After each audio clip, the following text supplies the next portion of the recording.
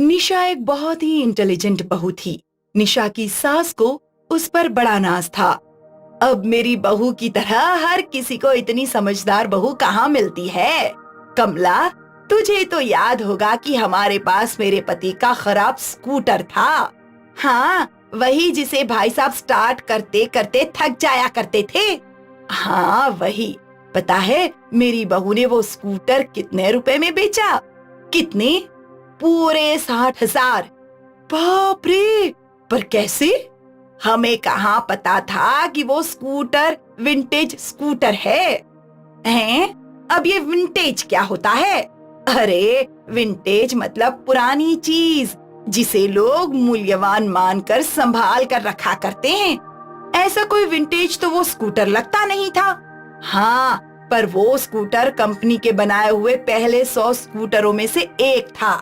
अच्छा, तो क्या मेरी समझदार बहू ने इंटरनेट से स्कूटर के बारे में पता लगाया और फिर OLX पे स्कूटर का ऐड डाल दिया 70,000 का।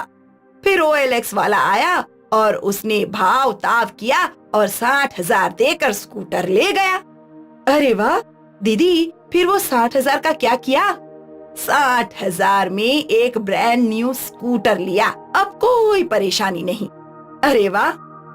इसी तरह निशा घर की जो भी चीज उसके काम की नहीं होती थी, सबका OLX पर ऐड डाला करती थी और बेच देती थी। निशा बेटा, मैं सोच रही हूँ घर में हमें AC लगवाना चाहिए। देख जरा इस पुराने फैन का क्या दाम मिलेगा। जी माँ जी, अभी बेचती हूँ। निशा ने उस पुराने फैन की फोटो भी OLX पर डाल दी।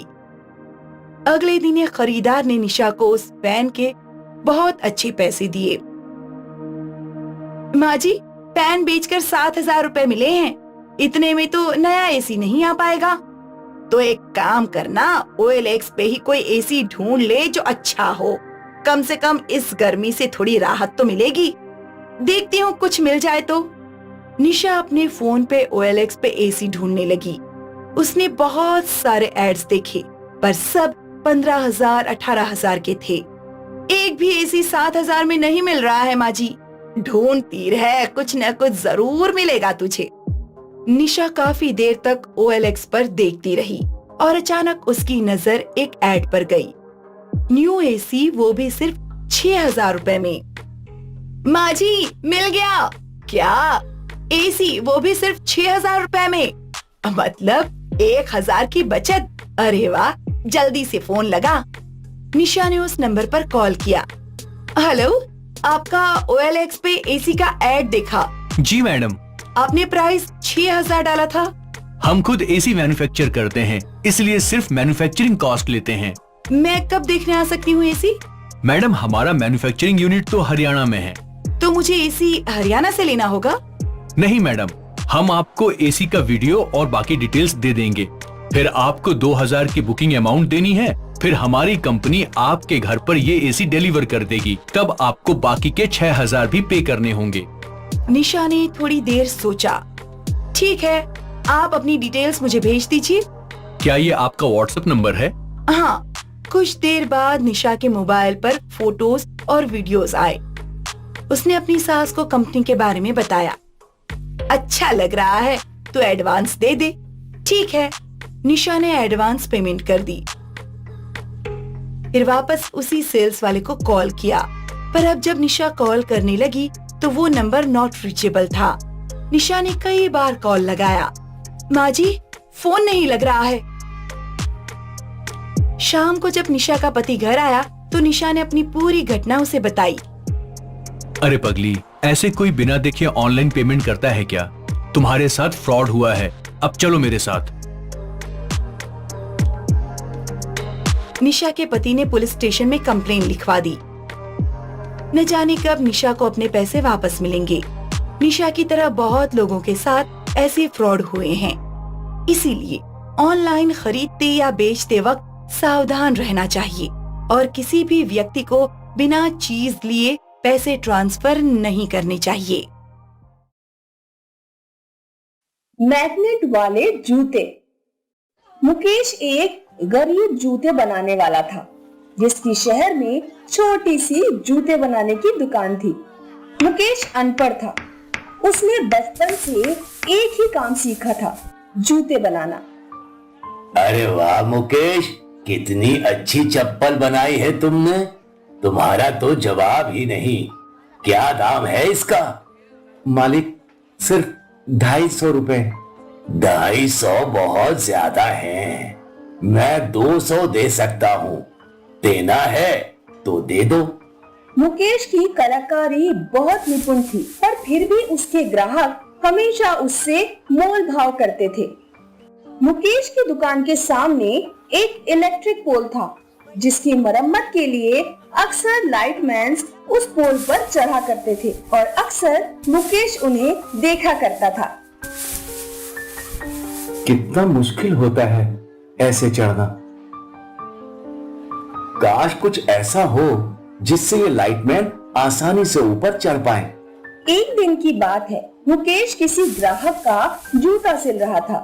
तभी उसने देखा कि एक लाइटमैन रस्सी के सहारे पोल पे चढ़ रहा था। मुकेश के पास काम था तो वो उसमें व्यस्त था, लेकिन कुछ ही पलों में मुकेश को एक चीख सुनाई दी और वो लाइटमैन नीचे गिरा हुआ था। मुकेश दौड़ते हुए आया और स्तब्ध रह गया। एम्बुलेंस आई और लाइटमैन को हॉस्पिटल ले गई। मुकेश वापस अपनी दुकान पर गया, पर वो काम में मन नहीं लगा पा रहा था। उसे उस लाइटमैन की शक्ल बार बार याद आ रही थी। हाथ का काम खत्म किया और वो सोचने लगा कि वो क्या कर सकता है। तभी उसका ध्यान मैग्नेट पे गया, जिस पे उसकी कील चिपकी हुई थी, और मुकेश एक नया जूता बनाने लगा। रात हो गई, पर वो अभी भी काम कर रहा था। मुकेश ने इस जूते की सोल में मैग्नेट लगा दिया। देर रात उसका काम खत्म हुआ और उसके चेहरे पे मुस्कान आ गई। उस रात मुकेश मैग्नेट वाले जूते देखते हुए सो गया। अगले दिन सुबह सुबह मुकेश वो जूते लेकर बिजली विभाग के कंट्रोल रूम पहुंचा। वहां वो एक ऑफिसर के पास गया। जी बोलिए, क्या परेशानी है आपको? सर, कोई परेशानी नहीं है, पर मैंने आपकी परेशानी का हल निकाल लिया है। क्या मतलब? सर, कल आपका एक लाइटमैन पोल से नीचे गिर गया था। उसे बड़ी चोट आई थी। हाँ, अब वो हॉस्पिटल में है। अब से आपका कोई लाइटमैन पोल से नहीं गिरेगा। ये देखिए, ये मैग्नेट वाले जूते हैं। ये पोल से चिपक जाएंगे और इन्हें मैंने प्लास्टिक से बनाया है, तो गलती से भी लाइटमैन को झटका नहीं लगेगा।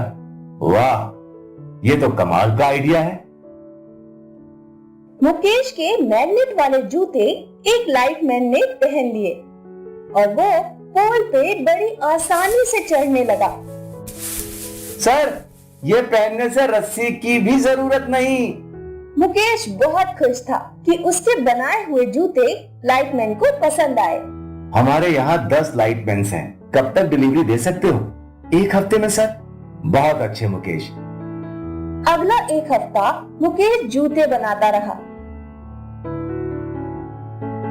उसने ऑफिसर को जूते दे दिए और ऑफिसर ने उसे एक चेक दिया। इन मैग्नेट वाले जूतों को पहनकर जब लाइटमैन पोल चढ़ रहे थे, तो एक जर्नलिस्ट की नजर उस पर गई और जल्दी ही ये मैग्नेट वाले जूते ब्रेकिंग न्यूज बन गए। इसके बाद मुकेश को बहुत सारे ऑर्डर आए। उसने अपना कारखाना बना लिया और लोगों को भी काम पर रख लिया। कुछ महीनों बाद मुकेश को इनोवेशन अवार्ड से सम्मानित किया गया। सर, ऐसे मैग्नेट वाले जूते कोई बड़ी कंपनी तक नहीं बना पाई। आपने ये कैसे कर दिया? मैडम, मैंने बचपन से अभी तक सिर्फ जूते ही बनाए हैं, शायद इसलिए मैं ये कर पाया। सो ऑडियंस, मुकेश के कहे अनुसार उन्होंने ये मैग्नेट वाले जूते अपने सालों के एक्सपीरियंस से बनाए हैं। लेकिन मुकेश जी ने एक चीज साबित कर दी, कोई भी काम छोटा नहीं होता। किसे पता था कि एक आम जूता बनाने वाला इनोवेशन अवार्ड जीत सकता है। जरूरत है तो सिर्फ अपने काम के प्रति डेडिकेशन की, जो मुकेश जी में कूट कूट कर भरी है।